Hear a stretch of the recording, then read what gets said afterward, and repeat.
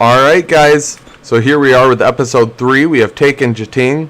And once again, I am very sorry about the speed of my episode, the length of my episodes, I mean. I don't know how to really make them any longer. I don't know if I use different software or if it's YouTube or... Like I said, I just don't know. So I don't know enough about all this to really be... to come up with a solution on my own. And I think I had another siege ready for you guys for this episode. And this episode, we're going to go with the Siege of Liu Yang. So I will go ahead and I'm going to hit Assault. It says we got a pretty good chance. So I'm going to go ahead and auto-resolve. Only lost 55 men. That's a lot better than what I played the battle on the other side of the map. Plus it gives us more time for the episode itself. So it says bang a few heads, and we get a lot of money for that. And I currently need a lot of money. If I don't know if you guys can see that right down there. So I'm going to bang these few heads, and I'm going to get money. I get a mighty warrior. Zhu Hong enters my service, and it looks like he is a fantastic general. So we're going to go here, and we're going to build a watchtower. The enemy, Sao Hong. Well, they're not the enemy yet, but this is Cao Cao, who is the winner of this scenario, I guess you would say, historically. He kind of lays the groundwork for all this, so... I'm not going to recruit any mercenaries. I'm going to go to Liu Yang, and I'm going to see what my guys destroyed. They destroyed the stone wall. And we're going to go ahead and build a shrine to the Han Emperor, and then we're going to build our market. You know, just what we usually build to get the town going again. Build the decree office. Change those taxes to maximum. We need that money. Nobody I can recruit. And I can retrain some troops. That's fantastic. Alright, so Liu Yang is set up to be the capital again. These are all trade increases telling me about that general. I'm going to look at him here in a second. I want to see actually how good he is for myself. Wow, he has a lot of strength. And that personal security and the general's hit points is like how he can be affected by agents and on the battlefield. So that is really good. And he has really high attack and defense. And he's really good at battles in general. So he's a nice general to have. We'll send him to Liu Yang, and maybe he'll lead small forces against Cao Cao in the future. So I'm going to go ahead and end my turn, and I will see you guys back in a minute. Alright guys, welcome back. So I'm going to have to make a little cut. I hope you guys might notice it. But I accidentally recorded some of the end turn sequence, so I'm going to have to cut that out. It may look funny. That was an accident on my part. I didn't realize that I had hit the record button. So it looks like, as you can see, the enemy forces are coming in to siege the settlement right here. That is no good for me. These guys actually offered me trade during the end turn sequence, and I turned around and gave them a little bit of money and found out where their settlements are. So I know where their capital is and where their towns are. They only have 3 towns. I feel like I could push through them because they have this nice open plainy area, ideal for my kind of armies. But I'm going to let them build up a little bit. As you can see, he has conscripts. I think I could take those guys out, but I'm not going to push a battle right now. I'm going to go ahead and set up the siege right here. Get to it before they do, because I definitely want that settlement before they do. And then this guy, I'm going to custom move him right here to reinforce this general. Right there. And then so Jiting is under our control.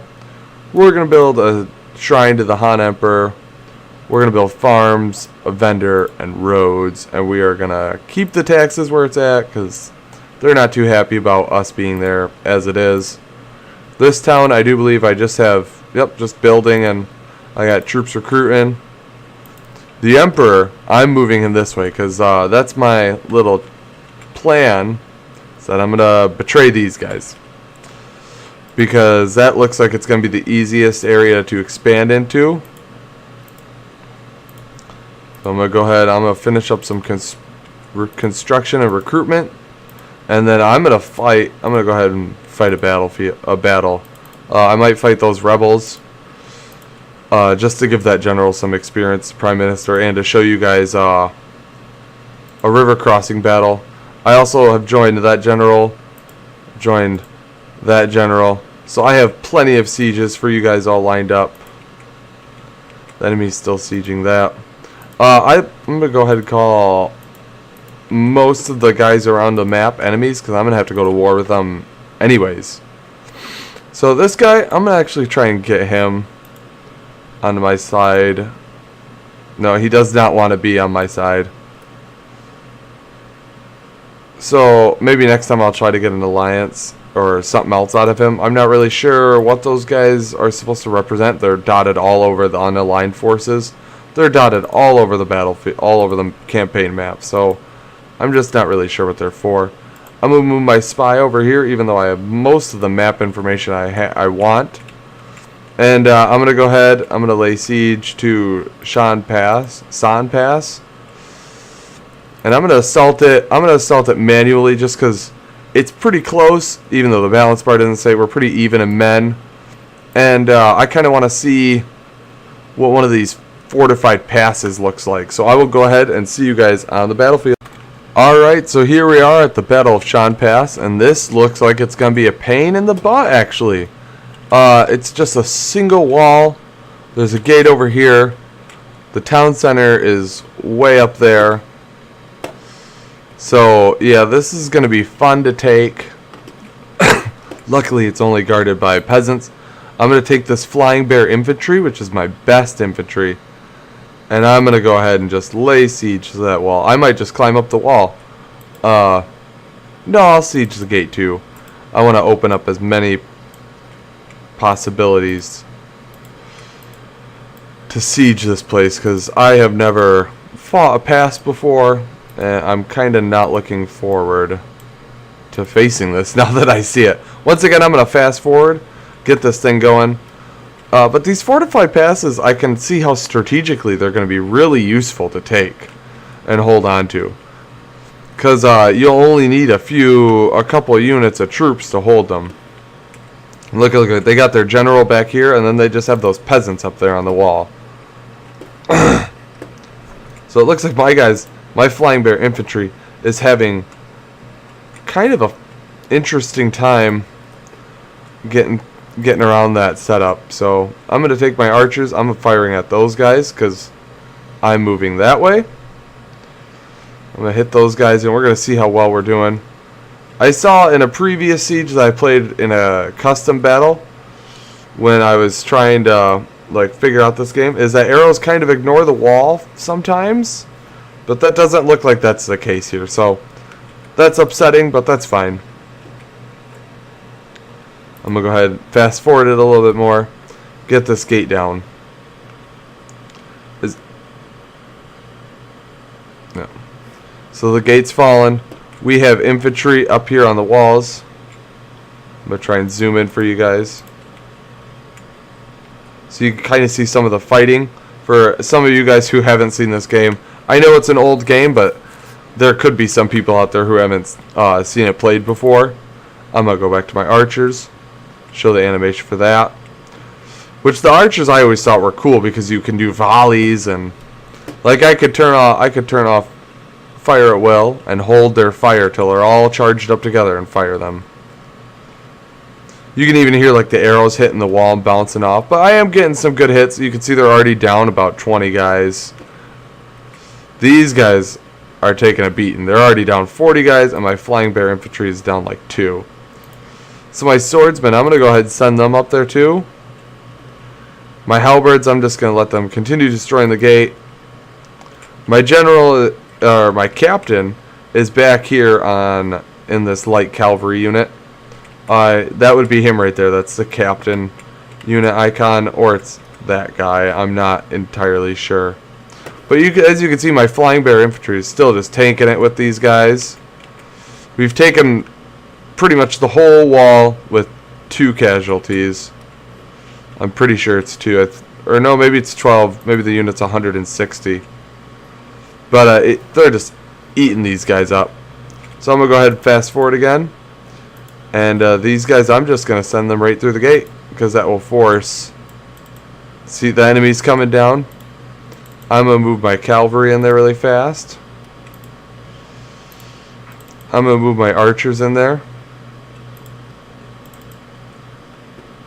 And I got my light halberds coming up on these guys. I'm going to do something. I'm going to get them, engaging them in a wall. I'm going to form my little pike wall. That's essentially what it is. I'm going to get my general in a really tiny formation right here. Because, see, I'm going to pull off a charge, but I'm going to get like 3 of these guys. I'm going to get the backs of them only. So, I'm going to continue setting down my pikes. Or my halberds, I guess I should call them. My archers, I'll put them... Disable fire. Well, my flying bear infantry already won. My general, I'm going to charge him. Get those guys in the fight. My halberds, I'll break that. And I'll get in there. Because, see, they're routing right now. So I have a chance to kill pretty much all of them with 0 casualties. So I'm going to fast forward a little bit. I'm going to get my general up here because it looks like they're glitching out. So I'd rather have my general and all of his cavalry up here ready to take their main body. Which it looks like the main body's emerging from this little glitchy walkway. And I'm going to go ahead and start the slaughter right now. And then I'm going to get my archers up here.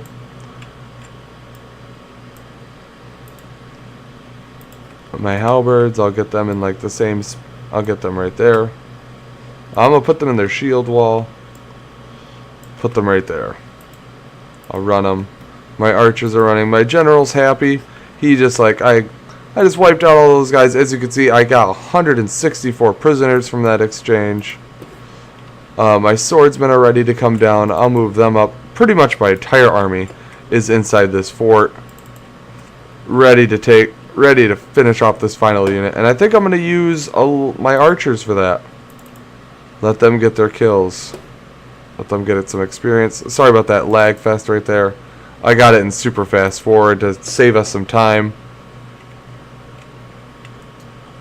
So my archers are going to take some time firing because they're all getting ready to set up. But here we go. First volley coming in. We're going to let them fire. Slow down. And we're going to watch this. See, as you can see, it's coming in. And they're going to react. They're not going to sit back for that. So I'm going to move my flying bear infantry and my swordsmen over here too. And then my pikes, I'm going to do something I learned. I'm going to hold this little spot and keep the enemy on the hill. Some of my archers can keep firing. Because if I keep them on that slope, my archers can keep hitting them without my guys getting in the way. See how that's going? Right overhead. I might kill a few guys with my archers. But it's not as bad as it would be. My archers, I'm going to turn them off. I'm going to tell them to stop firing. They're killing some of my own guys. And the flying bear infantry and these guys, I'm going to send them in. Get my halberds out of defense and pike formation like that. My general, I'll keep him over here and I'll send off a rally.